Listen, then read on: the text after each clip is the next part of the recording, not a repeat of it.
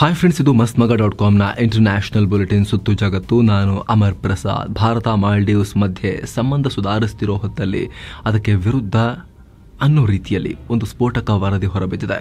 ಮಾಲ್ಡೀವ್ಸ್ ಅಧ್ಯಕ್ಷ ಮೊಹಮ್ಮದ್ ಮುಯಿಜು ಅವರ ಸರ್ಕಾರವನ್ನು ಕೆಡವೋಕೆ ಅಲ್ಲಿನ ವಿಪಕ್ಷಗಳು ಭಾರತದ ಬಳಿ ದುಡ್ಡನ್ನು ಕೇಳಿದ್ವು ಅಂತ ವಾಷಿಂಗ್ಟನ್ ಪೋಸ್ಟ್ ರಿಪೋರ್ಟ್ ಮಾಡಿದೆ. ಡೆಮೊಕ್ರೆಟಿಕ್ ರಿನ್ಯೂವಲ್ ಇನಿಷಿಯೇಟಿವ್ ಅನ್ನೋ ಶೀರ್ಷಿಕೆಯಡಿ ಈ ವರದಿಯನ್ನು ಪಬ್ಲಿಷ್ ಮಾಡಲಾಗಿದೆ. ಅದರಲ್ಲಿ ಮುಯಿಜು ಅವರ ಪೀಪಲ್ಸ್ ನ್ಯಾಷನಲ್ ಕಾಂಗ್ರೆಸ್ ಪಾರ್ಟಿಯ ಕೆಲವರು ಸೇರಿ ಒಟ್ಟು 40 ಮಾಲ್ಡೀವ್ ಸಂಸದರಿಗೆ ಅಲ್ಲಿನ ವಿಪಕ್ಷ ಮಾಲ್ಡೀವಿಯನ್ ಡೆಮೊಕ್ರೆಟಿಕ್ ಪಾರ್ಟಿ ಲಂಚದ ಆಮಿಷ ಒಡ್ಡಿತ್ತು. ಅಲ್ಲದೆ ಅಲ್ಲಿನ ಕೆಲ ಮಿಲಿಟರಿ ಮತ್ತು ಪೊಲೀಸ್ ಅಧಿಕಾರಿಗಳಿಗೆ ಜೊತೆಗೆ 3 ಕ್ರಿಮಿನಲ್ ಗ್ಯಾಂಗ್ಗಳಿಗೆ ಹಣ ಕೊಟ್ಟು ಅವರ ಸಹಾಯವನ್ನ ಪಡ್ಕೊಳ್ಳೋಕೆ MDP ಮುಂದಾಗಿತ್ತು. ಮುಯಿಜು ವಿರುದ್ಧ ಪಾರ್ಲಿಮೆಂಟ್ನಲ್ಲಿ ವೋಟ್ ಹಾಕಿ ಇಂಪೀಚ್ ಮಾಡೋಕೆ ಅಂದ್ರೆ ಮಹಾಭಿಯೋಗ ಪ್ರಕ್ರಿಯೆ ಮೂಲಕ ಅವರ ಸರ್ಕಾರವನ್ನು ಬೀಳಿಸೋಕೆ ಯತ್ನಿಸಿತ್ತು.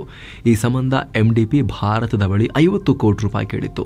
ಅದಾದ ಬಳಿಕ ಮುಯಿಜು ಸರ್ಕಾರವನ್ನು ಬೀಳಿಸೋಕೆ ಸಾಧ್ಯ ಇರೋ ಮಹತ್ವದ ಅಂಶಗಳ ಬಗ್ಗೆ ಭಾರತದ ರಾಗೆ ಲಿಂಕ್ ಹೊಂದಿರೋ ಕೆಲ ವ್ಯಕ್ತಿಗಳು ಈ ವರ್ಷ ಜನವರಿಯಲ್ಲಿ MDPಯೊಂದಿಗೆ ಡಿಸ್ಕಸ್ ಕೂಡ ಮಾಡಿದರು. ಇದಾದ ಕೆಲ ವಾರಗಳ ಬಳಿಕ ಒಂದು ಯೋಜನೆ ಕೂಡ ಸಿದ್ಧಪಡಿಸಿದ್ರು. ಆದರೆ ಅಗತ್ಯ ಸಂಸದರ ಸಪೋರ್ಟ್ ಸಿಗದೇ ಇದ್ದಿದ್ದರಿಂದ ಈ ಪ್ಲಾನ್ ಫೇಲ್ ಆಯಿತು ಅಂತ ವರದಿಯಲ್ಲಿ ಹೇಳಲಾಗಿದೆ. ಜೊತೆಗೆ ಭಾರತದ ಅಧಿಕಾರಿಗಳು ಈ ಪ್ಲಾನ್ಗೆ ಅಪ್ರೂವಲ್ ಕೊಟ್ರಾ ಅಥವಾ ಇಲ್ವಾ ಅನ್ನೋದ್ರ ಬಗ್ಗೆ ಯಾವುದೇ ಕ್ಲಾರಿಟಿ ಇಲ್ಲ ಅಂತ ರಿಪೋರ್ಟ್ನಲ್ಲಿ ಮೆನ್ಷನ್ ಮಾಡಲಾಗಿದೆ. ಆದರೆ ವಾಷಿಂಗ್ಟನ್ ಪೋಸ್ಟ್ ಈ ಎಲ್ಲ ಆರೋಪಗಳಿಗೆ ಸಂಬಂಧಪಟ್ಟಂತೆ ಯಾವುದೇ ಸಾಕ್ಷ್ಯಗಳನ್ನು ಕೊಟ್ಟಿಲ್ಲ. ಆದರೆ ಘಟನಾವಳಿಗಳ ಬಗ್ಗೆ ಇಬ್ಬರು ಮಾಲ್ಡೀವಿಯನ್ ಅಧಿಕಾರಿಗಳು ಮಾಹಿತಿ ಕೊಟ್ಟಿದ್ದಾರೆ ಅಂತ ಇವರು ಉಲ್ಲೇಖ ಮಾಡಿಕೊಂಡಿದ್ದಾರೆ. ಅದಕ್ಕೆ ಪ್ರೂಫ್ ಕೊಟ್ಟಿಲ್ಲ. ನಿಮ್ಗೆ ಗೊತ್ತಿರಲಿ ಸ್ನೇಹಿತರೆ, 93 ಸದಸ್ಯ ಬಲ ಹೊಂದಿರೋ ಮಾಲ್ಡೀವ್ ಸಂಸತ್ನಲ್ಲಿ ಅಧಿಕಾರವನ್ನು ಪಡ್ಕೊಳ್ಳೋಕೆ 47 ಸಂಸದರ ಮೆಜಾರಿಟಿ ಬೇಕು.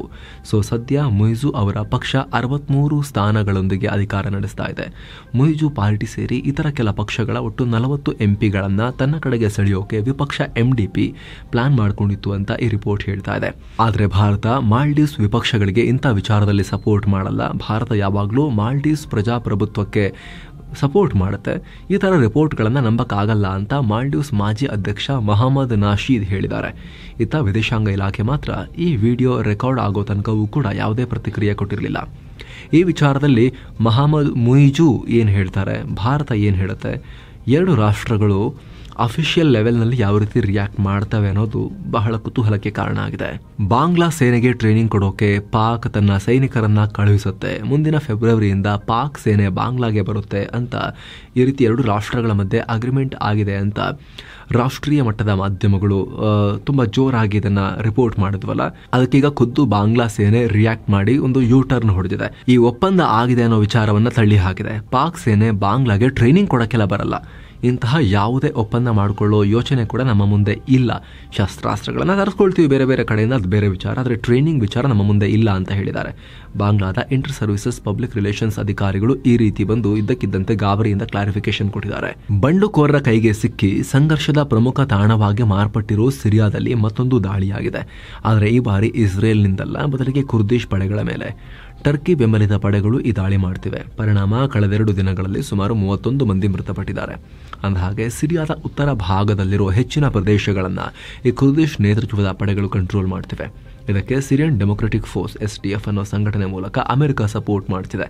ಆದರೆ ಈ SDF ಸಂಘಟನೆ ಕುರ್ದಿಶ್ ವರ್ಕರ್ಸ್ ಪಾರ್ಟಿ ಅನ್ನೋ ಉಗ್ರ ಸಂಘಟನೆಯೊಂದಿಗೆ ಲಿಂಕ್ ಹೊಂದಿದೆ ಅಂತ ಟರ್ಕಿ ಈ ಹಿಂದಿನಿಂದಲೂ ಆರೋಪ ಮಾಡ್ತಾನೆ ಇದೆ.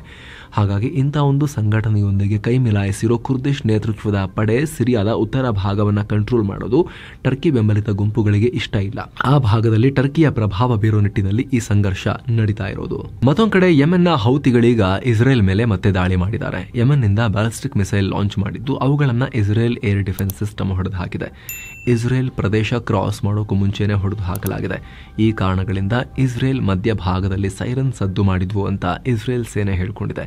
ಸದ್ಯ ಮಿಸೈಲ್ ಅವಶೇಷಗಳಿಂದ ಯಾವುದೇ ರೀತಿಯ ದೊಡ್ಡ ಪ್ರಮಾಣದಲ್ಲಿ ಡ್ಯಾಮೇಜ್ ಆಗಿರೋದು ವರದಿಯಾಗಿಲ್ಲ. ಇನ್ನು ಗಾಜಾದಲ್ಲೂ ಕೂಡ ಈ ಇಸ್ರೇಲ್ ಮತ್ತೆ ದೊಡ್ಡ ದಾಳಿ ಮಾಡಿದೆ. ಅಲ್ಲಿನ ಕಮಾಲ್ ಅಡ್ವಾನ್ ಆಸ್ಪತ್ರೆ ಮೇಲೆ ದಾಳಿ ಮಾಡಿ 20 ಉಗ್ರರನ್ನ ಹೊಡೆದುರುಳಿಸಿದ್ದೀವಿ ಅಂತ ಇಸ್ರೇಲಿ ಸೇನೆ ಹೇಳ್ಕೊಂಡಿದೆ. ಅಲ್ಲಿ ಬಚ್ಚಿಟ್ಕೊಂಡಿದ್ರು ಅಂತ. 240 ಉಗ್ರರಿದ್ರು, ಅವರನ್ನ ಅರೆಸ್ಟ್ ಮಾಡಿದೀವಿ ಅಂತ ಕೂಡ ಇಸ್ರೇಲ್ ಸೇನೆ ಹೇಳ್ಕೊಂಡಿದೆ.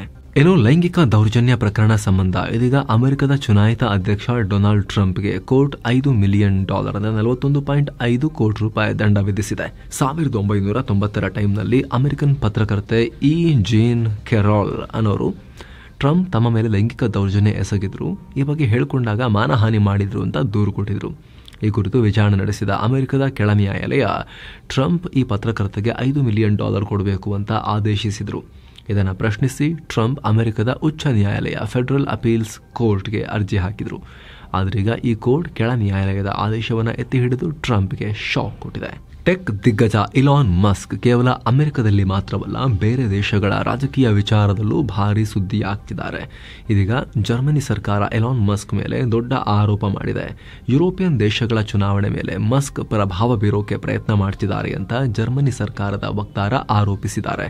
ಅಂದಹಾಗೆ ಇತ್ತೀಚೆಗಷ್ಟೇ ಇಲಾನ್ ಮಸ್ಕ್ ಜರ್ಮನಿಯ ಬಲಪಂಥೀಯ ಪಕ್ಷ ಆಲ್ಟರ್ನೇಟಿವ್ ಫಾರ್ ಜರ್ಮನಿಗೆ ಬೆಂಬಲವನ್ನು ಸೂಚಿಸಿ ಕೇವಲ AFTಯಿಂದ ಮಾತ್ರ ಜರ್ಮನಿಯನ್ನು ಕಾಪಾಡೋಕೆ ಸಾಧ್ಯ ಅಂತ ಪೋಸ್ಟ್ ಹಾಕಿದ್ರು. ಇದಕ್ಕೀಗ ಜರ್ಮನಿ ಪ್ರತಿಕ್ರಿಯೆ ಕೊಟ್ಟು ಈ ರೀತಿ ಹೇಳಿದೆ. ಜರ್ಮನಿಯಲ್ಲಿ ಮುಂದಿನ ಫೆಬ್ರವರಿ 23 ಎಲೆಕ್ಷನ್ ನಡೆಯುತ್ತೆ. ದಕ್ಷಿಣ ಕೊರಿಯಾ ಅಧ್ಯಕ್ಷ ಯೂನ್ ಸುಕ್ ಯೋಲ್ ವಿರುದ್ಧ ಅಲ್ಲಿನ ಕೋರ್ಟ್ ಅರೆಸ್ಟ್ ವಾರೆಂಟ್ ಹೊರಡಿಸಿದೆ. ಅಂದಹಾಗೆ ಡಿಸೆಂಬರ್ 3 ದಕ್ಷಿಣ ಕೊರಿಯಾದಲ್ಲಿ ತುರ್ತು ಪರಿಸ್ಥಿತಿ ಹೇರಿದ ಪರಿಣಾಮ ಕೊನೆಗೆ ಇವ್ರನ್ನ ಅಧಿಕಾರದಿಂದ ಕೆಳಗಿಳಿಸಲಾಗಿದೆ. ಅಲ್ಲದೆ ಈ ಘೋಷಣೆಯೊಂದಿಗೆ ಯೋಲ್ ಅಧಿಕಾರ ದುರುಪಯೋಗ ಮಾಡಿಕೊಂಡ್ರು, ಜೊತೆಗೆ ದೊಡ್ಡ ದಂಗೆಗೆ ಕಾರಣವಾದರು ಅಂತ ಇವ್ರ ವಿರುದ್ಧ ಕೇಸ್ ದಾಖಲಿಸಲಾಗಿದೆ. ಹೀಗಾಗಿ ಯೋಲ್ ವಿಚಾರಣೆಯನ್ನ ಎದುರಿಸಬೇಕಾಗಿದೆ. ಆದರೆ ಅವರು ಅದಕ್ಕೆ ಯಾವುದೇ ರೆಸ್ಪಾನ್ಸ್ ಮಾಡ್ತಾ ಇಲ್ಲ. ಹೀಗಾಗಿ ತನಿಖಾಧಿಕಾರಿಗಳ ಮನವಿ ಮೇರೆಗೆ ಈ ಅರೆಸ್ಟ್ ವಾರೆಂಟ್ ಅನ್ನ ಜಾರಿ ಮಾಡಲಾಗಿದೆ.